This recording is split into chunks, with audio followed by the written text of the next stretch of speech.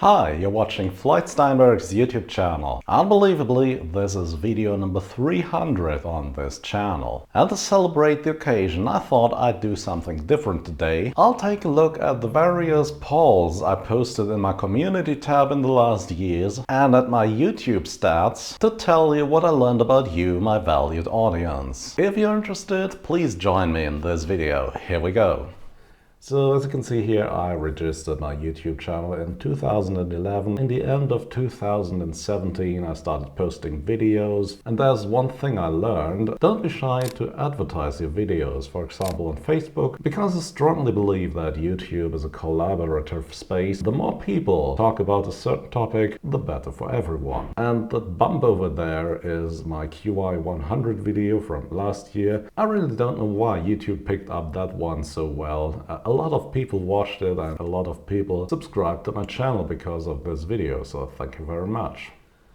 And taking a look at my most successful videos, we can see there's Yamaha QI content, also a Raspberry Pi of course, MPC, Zoom R recorders, FM synthesis. Those are the main pillars of my YouTube channel, so to speak. But as promised, let's take a look at what the statistics have to say about you. So here you can see most of you are online and watching YouTube in the evening. That's no surprise, as we'll see later. Most of my demographics are working people, and I guess you've got a job to do and you don't stay up too late in the evening because there's some hard work waiting for you the next day. And I think every one of you goes celebrating on Saturday, and that's perfectly healthy behavior.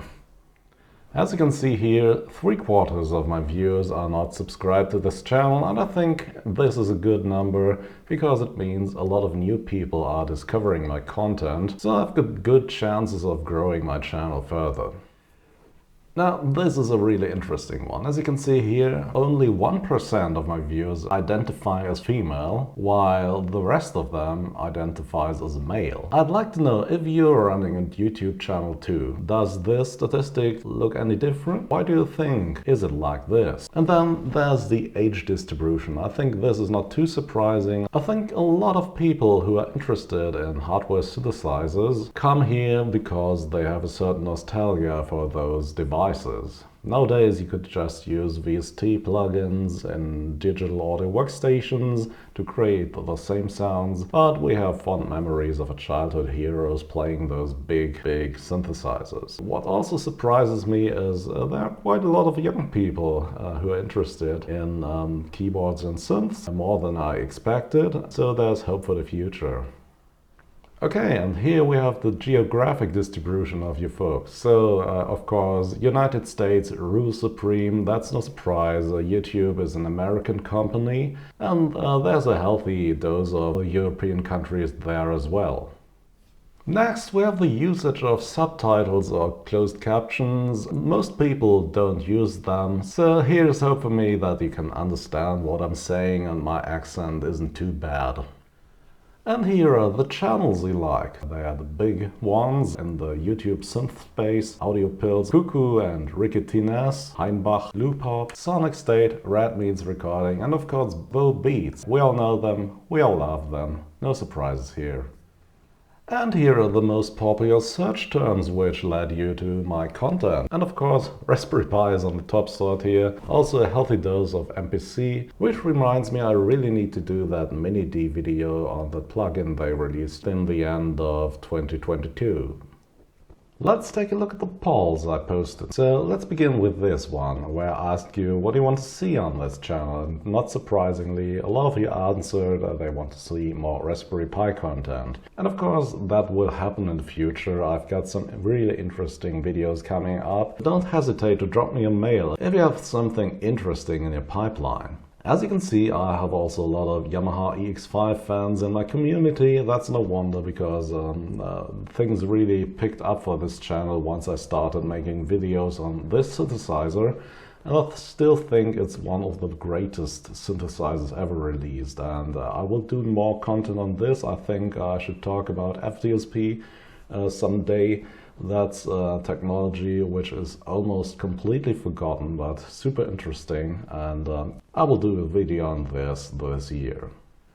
This one is interesting too. Which decade is the most interesting for you in electronic music? Of course, the 1980s won this, but I'm also a bit surprised the 70s didn't score that high in this questionnaire. We had a lot of highly influential artists in that era. Think of Vangelis, Jean-Michel Jarre, Kraftwerk, and so many others. Here's another one that I totally expected. I asked you, how many of your real-life friends share your hobby of electronic music and synthesizers? The answer you gave me is none of them, mostly. Yeah, same for me. Everyone I know is really into hard rock and heavy metal. Building online communities is really important for us, right? So, welcome. This one wasn't too surprising as well. I asked you if you would rather buy a handful of cheap, small desktop synths or a big workstation, and obviously looking at YouTube, small desktop synth setups are much more popular at the moment. I can see why. You're much more flexible, you have interesting setup to show on video because we're on YouTube here. And there are a lot of more exciting things being released in this space, while workstations kind of stagnated for decades now. And instead of getting new features, with each new release of workstations, features seem to be taken away. On the other hand, a workstation will always be the go-to instrument for live musicians. If you're playing with a band, using a lot of desktop synthesizers is not the go-to, if I may say this. Here's another one which is quite interesting. So a lot of you are working in a technical profession. Same for me. And I think there's a connection, of course, between things we do for earning money and our hobbies. Synthesizers and keyboards are very technical, very complicated instruments, and in order to build one yourself, have to have a very profound knowledge of electronics and maybe programming. So yeah, this is a technical hobby. Only 1/3 of you answered they are not working in a technical profession. So if you're one of those 1/3, I'd like to know, what is it you're doing? Are you a professional musician or is it something else? Please write it down in the comments under this video.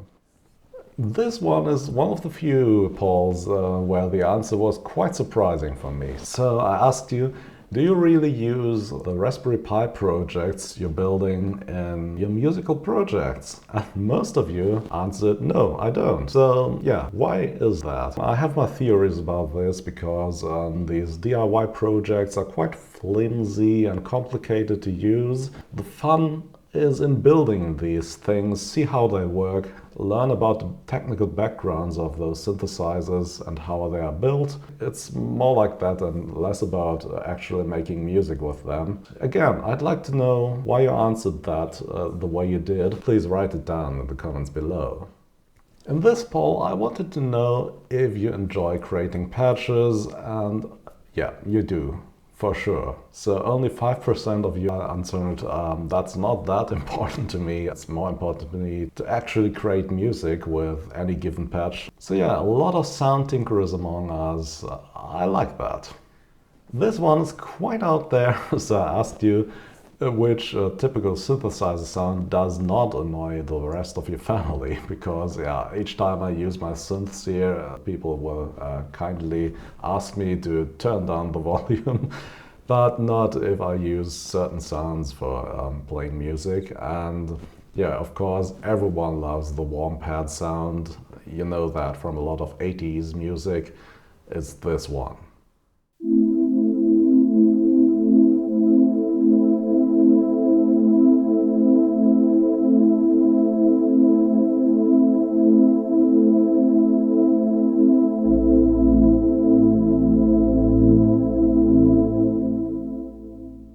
So yeah, 3 years ago the global pandemic hit the world, and I wanted to know if that impacted your time for creating music or your creativity in general. And surprisingly, most of you said no, that didn't impact my creativity. In fact, a lot of you answered I was even more creative than before. And I think that's because we couldn't leave the house, and playing the keyboards provided some kind of escapism and a way to deal with this situation. I was kind of relieved to see this.